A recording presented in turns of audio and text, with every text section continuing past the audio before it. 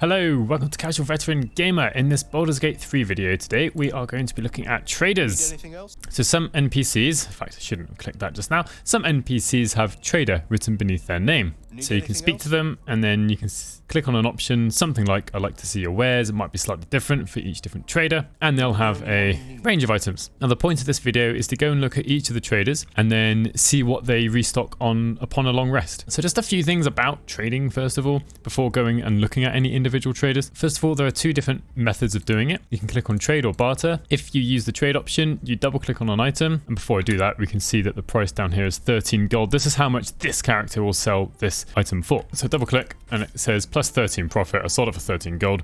If I want to buy something, 7 loss means I spent 7 gold and now I've got a bunch of grapes. With bartering, you can put in items first and you can see what's going to be traded. If you want to instead put items in instead of gold, it automatically balances the gold for you. But one thing we can do, and I'll do it now, we've got 15 gold worth of 54 gold worth of items that I could trade with Aaron. I'm just going to give them to him, barter it for 0 gold. We can see his attitude is 0. And before I actually click on barter, let's just look at the price of this leather armor plus 1. It's 1,380 gold. He's now got a slightly more positive attitude towards me and the price has gone down to 1,272. And so we can go all the way up to maximum of 100 and now it's down to 1,080. Also means you can sell your items for more money as well. So if you think you're going to be using a trader often, then give them some items for free. If you're only going to use them once, it kind of doesn't really make a difference, just get the gold off of them. Secondly, other things that affect the price are the charisma of the characters. So if I choose Istarian, let's just look at this scroll of Shield of Faith is 100 gold. Go to Lae'zel, she's not exactly well known for being charismatic, is 104 gold, and Shadowheart here is back at 100. Tavamat is a sorcerer who's got a relatively high charisma, it's only 72. And it isn't actually just charisma that affects the price of gold. We've known about this for a long time, and recently, just in the past week of me making this video, there was a post on Reddit. And what this post told us is that actually there is an ability which is performance, which helps reduce the price of items. So I'm just going to show this here. We've got studded leather armor plus 1. It's 1,800 gold. And I'm at the point in the game, in the save, that I'm just about to level up to level 4.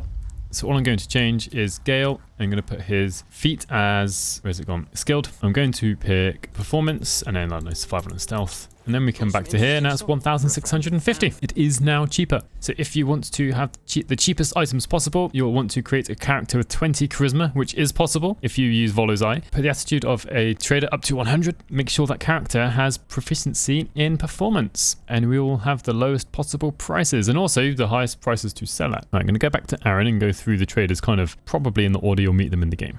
So yes, Aaron is the first trader you'll very likely come across, and he's a pretty good trader actually. He has a stock of arrows, some of which are more useful than others. Arrows of Roaring Thunder are actually particularly useful because they can knock people back up to 17 feet, knock them off ledges. Always has a selection of spell scrolls if you want to give your wizard a particular spell. And he always has Dragon's Grasp, which deals an additional 1d4 slashing damage to burning targets. I don't particularly rate this very highly. Has Rain Dancer, which I do like if you're going to be using anyone who's doing cold or lightning damage. Buy this, it's cheap. All right, 180 gold for this guy. The amount it costs you will change because I've actually got the maximum attitude with Aaron here. But yeah, this is good. It's a nice early staff to get. And the Amulet of Elemental Torment, when the wearer stands in certain surfaces, such as fire, and casts a spell that deals damage, the target also suffers the surface's effects. I don't particularly like this because it often, in theory anyway, puts your cast in danger into that surface, which isn't always good. I might actually do some more research on this. I've kind of ignored it for a very long time. He has an array of other basic things like some armor and helmet, torches, and scrolls of Revivify. But I do like this guy, mostly because of Rain Dancer and the fact we get spell scrolls. And so I'm also going to take a long rest, see what's changed, because we've got all of these spell scrolls here, and these should, in theory, change. So I've just finished my long rest. Aaron is still here, thankfully. And upon a long rest, the traders also restock their gold. So he's now got 1,130 gold, so I can try and sell maybe this Greatsword plus 1 and get an extra 556 profit. And we can see there are spell scrolls, and they're different spell scrolls. Well, some are the same. There was Featherfall before, and it's there again. But it's a fairly random selection each time. So if you're looking for scrolls, Aaron is the person to come to. Oh, look at that. He's actually wielding that sword now, I think quite strangely. And if you're not happy with any particular selection of items, then just go take another long rest. I'm going to stay inside the Druid Grove because there are actually several traders in here. It's always a relief to get here, I feel, because until this point we haven't really had any proper traders. So I'm still in the Druid Grove. Aaron is just up that little slope up there. And we've got Damon, also a trader. So again, just let me see your wares. He doesn't have many particular magic items he always has, but the ones he will always have is the Blooded Great Axe. When the wielder has 50% hit points or less, they deal an additional 1d4 slashing damage. Again, not overly impressed with that in all honesty. You may as well just have the Everburnt Blade, which I've already got. And he will always have Scale Mail Armor +1, which is equivalent to Githyanki Halfplate, except it's fairly expensive at this point in the game. Apart from that, most of these items can and do change. He will often have +1 versions of most weapons at some point, and he will have most weapons as well. This is one place or one particular trader you might want to take long rests with, depending on who you've got in your party, because he sometimes has a club like he does here. Otherwise, it can be quite difficult to find clubs just on dead bodies in the game. And this is one place where you're sometimes guaranteed. If you take long rests, you're almost certainly guaranteed. You also might find hand crossbows here. Other things of note are these armor items actually don't tend to change. There's always metallic gloves, metallic boots, the shields, the scale mail armor +1, this helmet, but it's the weapons that will chop and change as you take your long rests. So if you're looking for a weapon, this is your man. And here's Auntie Ethel, and we can see Damon in the background there. She's a trader of quirks and sundries. So if you don't want to go through all of the talk, because maybe you played the game a lot, there is always this trade option in the bottom left. Go straight to the trading screen. Now, what Auntie Ethel is always guaranteed to have, in fact, her stock doesn't change too much. She'll always have Corellin's Grace. If the wielder is attacked while not wearing armor, they receive a 1d4 bonus to saving throws. This is okay, but again, it's a bit expensive at this point in the game. Has Spell Thief, which is pretty good, pretty cool, actually, if you've got someone who can cast spells. She'll also have Potions of Heal Giant Strength. You don't find too many of these in the game, so if you've got the gold, and which I often do, I like to pick some up here, and pick up healing potions. They're really cheap, actually. Just 92 gold for 4 of them. That means they're 23 gold each, which is basically nothing. And she'll have a Potion of Invisibility, often a Potion of Greater Healing. I'm actually going to go and take a long rest now, just to show you how much this does or doesn't change. We've got potions of resistance here, force, fire, cold, and lightning, about 100 gold each. You find these dotted around, and for certain encounters, they can be very useful. Like Potion of Lightning Resistance can come up very useful much later in the game. So I'm back here in the Druid Grove. Going to speak to Auntie Ethel, show me your wares, and the only things that have changed are some of these ingredients, these camp supplies, and actually these potions here of resistance. Otherwise, she is restocked with the same items as before. And I will say, it's not really much of a spoiler, but she doesn't stay here forever, is all I'll say. As you progress through the game, she moves location. Now, there are some characters in the game that aren't labelled as traders, although Volo is a procurer of associates, stories, and curios. There's no option here to trade with him, but every time you speak to an NPC, there is this trade button. And there are some, just like good old Volo here, who is able to trade with you. He will have Potions of Animal Speaking, 5 of them, there's loads of them in fact. He'll always have Thieves' Tools, a bunch of scrolls, and quite interestingly, and quite a good item actually, the Whispering Promise. Anyone who's going to be healing, and this can work with people throwing potions. When the wearer heals a creature and themselves, in fact, it also receives a 1d4 bonus to attack rolls and saving throws. This is for 1 turn. It doesn't say it, but it is just for 1 turn. So it's blessed for 1 turn if you heal someone. These scrolls can and do change, but these 4 items here on the left are always there. And I should probably just buy some supply packs so I can keep on long resting. And I can give him, or sell him a Githyanki crossbow. And I had 2,000 gold. Starin gets inspired because he's a greedy little noble. One other character you might want to speak to in the Druid's Grove to trade with is Zevlor, because you can actually just buy Hellrider's Pride if you've got the gold. Also, pretty much anything you can buy, you can also steal if you wish, if that's what you want to be doing. Most NPCs won't have much to trade or to show with Tilses. Alright, we trade, and she's got an orange and no gold. This is quite common. Most NPCs have 1 or so probably somewhere between 0 and 2 items and very little, if any, gold. And you can go around just go and checking them out if you want. It doesn't take too long, but there are a lot of NPCs, of course.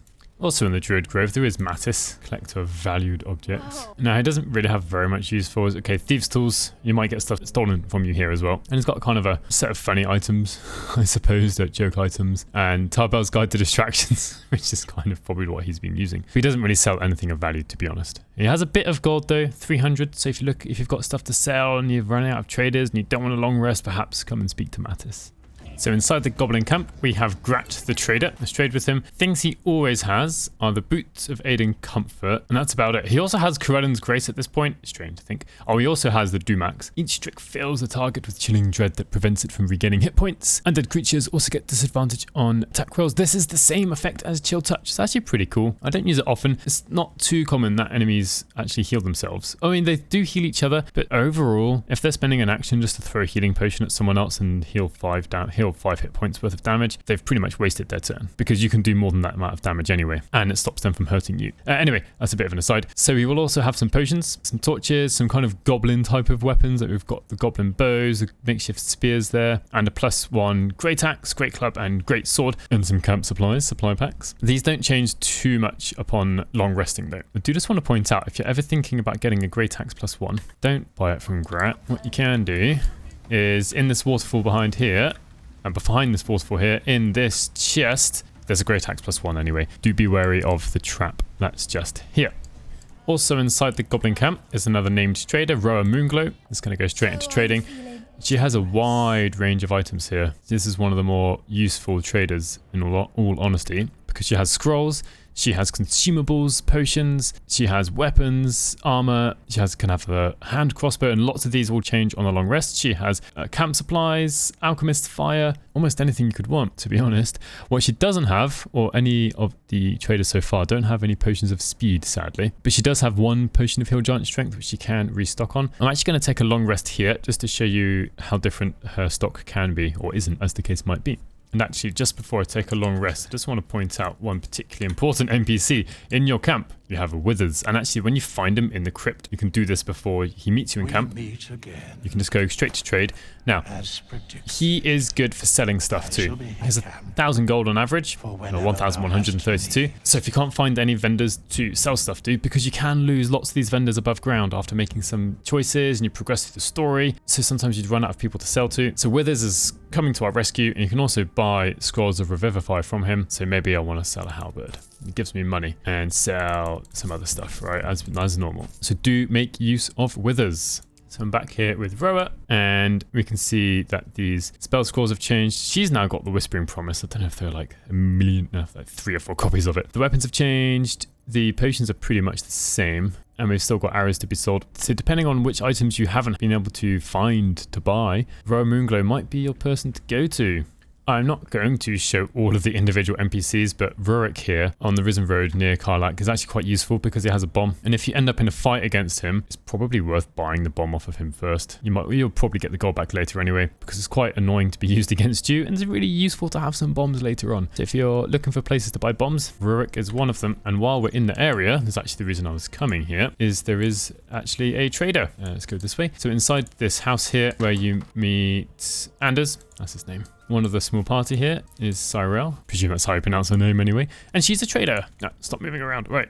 Just going to go straight into trading. Now, she can be useful because we get scrolls of Revivify from her. She also always has the scroll of Acid Arrow and Mirror Image to begin with. She's got some potions, a few consumables, and some gold again if you want to sell some stuff. So maybe I'll sell the bomb to her, sell the haste helm to her. I'm not going to be like playing this game later on, just using it for the purpose of this video so we can sell some stuff. And then I will take a long rest to see if anything has changed.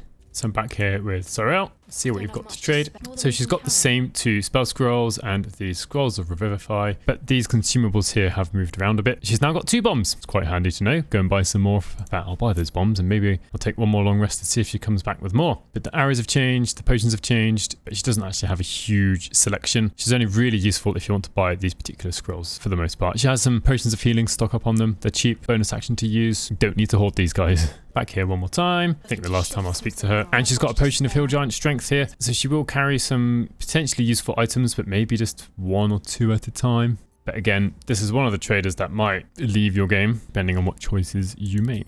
I'm now with Brem. Within the Zentarim hideout, I have returned the caravan supplies, so I do have a couple of extra items. But he stocks a few magical items. We've got the Jolted Vest, Studded Leather Armor +1, currently the best light armor in the game. A few +1 weapons. He will also have Giant Breaker, which is kind of okay. For a heavy crossbow, this is decent. We have got the Dumax yet again, and then a +1 dagger, and some kind of things that a rogue thief type of character might use, potions of invisibility, thieves tools, and so on, and some alchemist's fire. These will restock, but I don't think there's anything else added to Brem. But I'm going to take a quick long rest. So I'm back with Brem, and we've got the Whispering Promise yet again. This ring seems to be passed around the traders magically somehow between long rests. We also have just the same consumables up here, just basic poison, invisibility, and the Thieves' Tools and Trap Disarm toolkit. A few different +1 weapons, but no other different magical weapons. Down in the Underdark, in the Myconid colony, we have Blurg the Trader and Omeluum, who does have a few things to trade. Firstly, a look at Blurg. He has some scrolls which are changeable upon long rest, but he will always have the Circuit of Blasting, the Lifebringer, Sunwalker's Gift, and the Sapphire Spark, potentially one of the more overpowered items in the game, because every time you cast Magic Missile, it adds an additional 1d4 psychic damage. Give this to a wizard, and then normal magic missiles do an extra 1d4 psychic damage, and whoever wields or wears this Sapphire Spark will be able to cast Magic Missile once per day without using a spell slot. On Omeluum, well, you can only get him as a trader if you complete the quest and speak to him about getting him to make the potion for you. As a Githyanki, you have quite a few unique dialogue options, but I'm not here for that today. In his wares, he has the Ring of Restorative Gravity, which is... I've never really made much good use of this, to be honest. Maybe I should give it another go at some point. But one thing that he does sell, which isn't sold by any other merchant, are void bulbs and spiked bulbs and caustic bulbs, but void bulbs are potentially the most useful ones because they can move people around the battlefield and potentially throw them off the side. And potions of psychic resistance and the 2 sets of ingredients we had to collect for him in a few books. Now, also inside the Myconid colony is a dwarf down in this direction. I've forgotten the name at the moment. D something. Dereth, there we are. Dereth Bonecloak. Is she a dwarf? I think she's a dwarf. Yeah, she's a gold dwarf. Right. She's not a happy bunny, but she is a trader nevertheless. And the only kind of unique item she has are the herbalist gloves, which if you heal a poison creature, they lose poisoned. But she also has a bunch of potions that can be useful. Thieves' Tools, kind of stocking up on a few things. We've got Alchemist's Fire, we've got bombs. So there will be a few useful things there. Supply packs also. And also she just has a massive amount of gold at the moment, 2,666. I don't really know where all that gold came from, if I'm honest, but you can make a mint off of her. Let's sell these things. Now I'm going to take a long rest and then have another look at all 3 traders down here in the Myconid colony. So I'm back down in the Myconid colony. Gonna speak to Dereth first, and apparently she loves her ranged weapons today. But yeah, she will restock weapons, she will restock potions. She's still got the herbalist gloves and the bomb there. So if you're looking for that sort of thing, Dereth is your lady. I'm gonna go back to Omeluum and Blurg next. I don't expect their inventories to change all that much. So with Blurg, we have got scrolls, but again, that's all that's changed. We've still got the same 4 magic items. Actually, the Sunwalker's Gift can be very useful for, well, Githyanki, humans, and halflings because they do not have dark vision. And we have to bring Omeluum back. He isn't just here automatically. And he's got exactly the same stuff there in a slightly different order, I think. But it's all there. Same as before. The long rest doesn't really affect Omeluum all that much. Right, next, we're going to go into Grymforge. Down in the Underdark, there aren't many dedicated traders, but Stoneguard Orgath here has a bomb. Again, quite useful. We can't trade with people without talking to them first. Situation like this, you have to click on trade before they stop talking to you. But your mileage will vary depending on which NPC you talk to. However, there is a trader. It's going to go up to them. It is the only nice... Okay, there he is, Stonemason Kith. He's got a few things on him anyway. He's not a dedicated trader. He doesn't have trader underneath his name. So if you trade with him, he does actually have a stockpile of gold. He's got some scrolls, some consumables, pickaxe, a supply pack.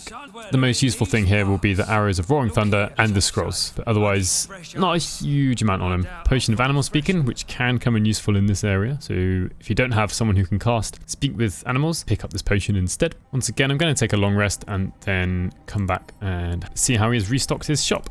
Back down in Grymforge now. Stonemason Kith, let's have a look at your wares. And he's got one same scroll at least. But yeah, the scrolls change up. He's got a few arrows this time. Still has a potion of Animal Speaking. Not a huge amount, but if you're long resting at this area, you could have some more gold if you've got stuff to sell. In the area where they're trying to free Near in Grymforge, there's also Corsair Greymont. He doesn't have a huge amount to sell. A great club +1 and some fish, but he's got some gold that you can try and get off of him when you sell things to him. He's got potions of healing and a supply pack. I think pretty much every trader has a supply pack. So you should never find yourself running low on supply packs in the game, to be honest, or camp supplies. Also, considering the amount of food there is available, it would be quite difficult to. There aren't really any other traders, but one other thing I would say, just regarding the kind of random NPCs is if you think you're about to go into a fight with someone, such as Dra here, do trade with them and take off of them any items you wouldn't want used against you, such as an arrow of roaring thunder. Because also at that point you could use it yourself. But the main point for me is to get rid of them so you can't be hurt by them. So let me know if you've found this useful. Maybe I've missed out an NPC that has some nice items for sale. Lovely. If you made it this far, please consider subscribing. Thank you very much for watching, and hopefully I'll see you in the next one.